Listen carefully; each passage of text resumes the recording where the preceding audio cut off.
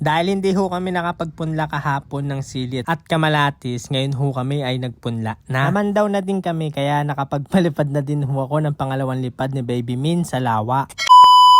Hi mga troops, magandang buhay! Ngayong araw ay samahan niyo ho kami magpunla ng siling Ilobview saka ho Kamalatis. Kung kahapon ay nagpunla kami ng talong kasi nga kinulang yung punla namin kaya ngayon lang kami nakapagpunla ulit ng Kamalatis at sili. Kala ho kasi namin ay magkakasya na kaya ngayon na lang ulit panibagong araw. Bali ngayon ay pagkakasyahin ko na lang ho talaga iyan para naman makapagpunla na tayo. Bali ang pupunla ho natin siling Ilobview, siling panigang, saka bell pepper at saka ho Kamalatis. Si Tay ay nagagawa naman ho ng pagpupunlaan niya ng panibagong talong. Yun ho yung natira namin punla no nakaraan May. Kung sakali daw kukulangan yung punla namin talong ay tatanim namin iyon. Bali panibagong variety ho yung aming itatanim. Bali yung unang tinanim namin ay Calixto. Tulad ho ng process ng pagpupunla namin sa talong mga katrops. Yun din ho yung gagawin namin sa silihot sa Kamalatis. Pagkakapunla ng isang buto, hahatian ko ho yung lupa sa gitna para alam ko ho yung iba-iba ng buto. Malalaman ko naman ho iyan pagtubo pero mas maganda ay lalagyan na natin ng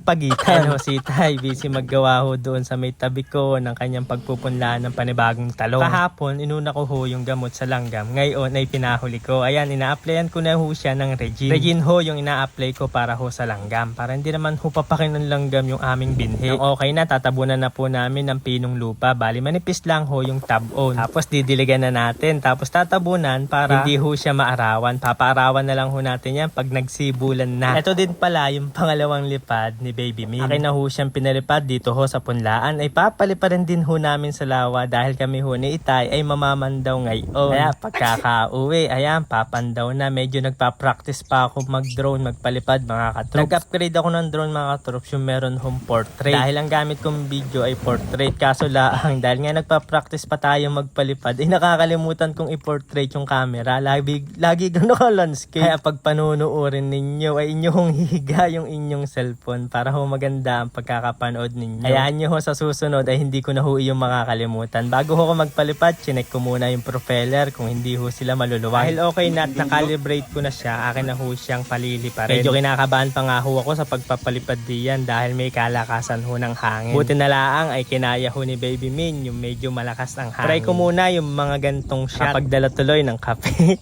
sa lawa. Hindi ko muna siya sinasagad ng taas dahil nga nagpa-practice pa lang tayo. Pag ho tayo medyo nasanay na ay talaga naman tataasin pa natin para makakuha tayo ng magandang shot. Nanay ko na din magpa-landing sa pala para naman kapalaran natin ay magtagpo. Ay doon na lang saglit lang ako nagpalipad mga troops kasi nga ho ay nagpaparamdam na yung ambon. Baka mamaya kung nasa itaas pa yung aking drone ay biglang bumuhos yung malakas na ulan. Hindi pa ambon-ambon lang at hindi ho umulan. Sitay na din yung pinagangat ko ng screen mga katrops dahil ako ay magbibideo na lang ho sa kanya. Medyo may karamihan ho ng huli ni Itay ngayon mga katrops. So pagkakasarap naman yung tilapyang iyan. Di pala namin mabuksan yung maleta dahil nakalak. Tama naman yung password, yun nga lang ay parang nasira na. Para hindi ho magkalat yung mga nahuli naming tilapia.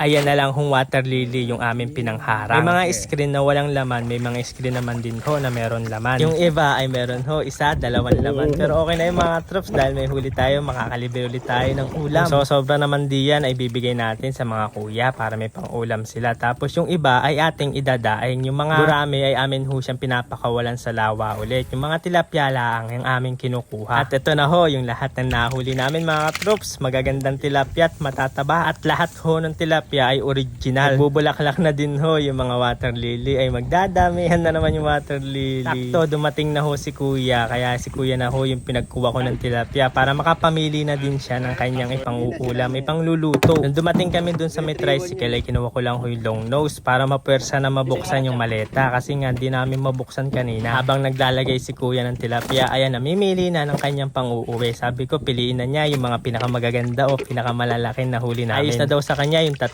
piraso. Kanya daw hong iuuwi at sasabawan. May mga natira pang gurami kaya yan pakakawalan na din ho ni kuya sa lawa para maglakihan pa sila. Masarap ho niya mga katrops yung malalaking gurami ay yung ipapangat ay solid na solid talaga. Nandini na din ho sa farm si Inay mga katrops. Sabi ko si Inay na bahala doon sa huli namin mga tilapia. Pero bago ho yan ay akin munang kinulob. Ang kilo ho niyan mga katrops ay kulang 6 na kilo. Mga 4 at 5 kalahati pala. Dami na din ho ito mga katrops. Madami kami na din makakakain. Sabi ko kay kuya ay dagdagan ho yung kanyang kinuha. Ayan, dinagdagan niya isa laang, hindi pa ginawang 5. Ay kadami naman. Kanya lang hong iuuwi at para maluto na. Ito na din ho yung kuha ko kanina kay Baby Min. Ay inyo na lang hong higa yung inyong cellphone mga katrops para mapanood nyo ho siya na maayos. Nakalimutan ko kasing i-portrait yung camera. Ngayon ay dito muna ako nag-shoot sa kung saan kami nangingisda nila Itay. Ito pala yung lawa din sa amin sa Barangay Wawa, Lumban, Laguna. Ito pa ho yung loob ng lawa. Kaya kung mapapansin nyo ay meron ho siyang damo at saka water lily. Bukod pa ho yung lawa doon sa ilabas. Mapapansin nyo ho doon sa tubigan, yan na ho yung labas ng lawa at ito ho yung loob ng lawa kung saan pag nawala ho yung tubig na yan ay pwede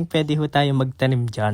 Pwede rin ho tayong maligo diyan dahil napakalinis din ang tubig dyan. Pagkakaganda ho talaga din sa aming pinangingisdaan mga katrops. Sa susunod ho ay doon ako sa labas ng lawa kukuha doon sa panay tubig. Pwede ko naman dalhin yung drone doon kaso nga diba ay nagpa-practice pa. Kaya ito muna yung ating kuha. Ganito muna yung mga shoot yung aking ginagawa. 360, akit at iba pa. Kung gusto ko lang naman makuhanan ho yung ganda din sa amin sa Lumban. Kaya maraming salamat ho sa inyo mga katrops. Love!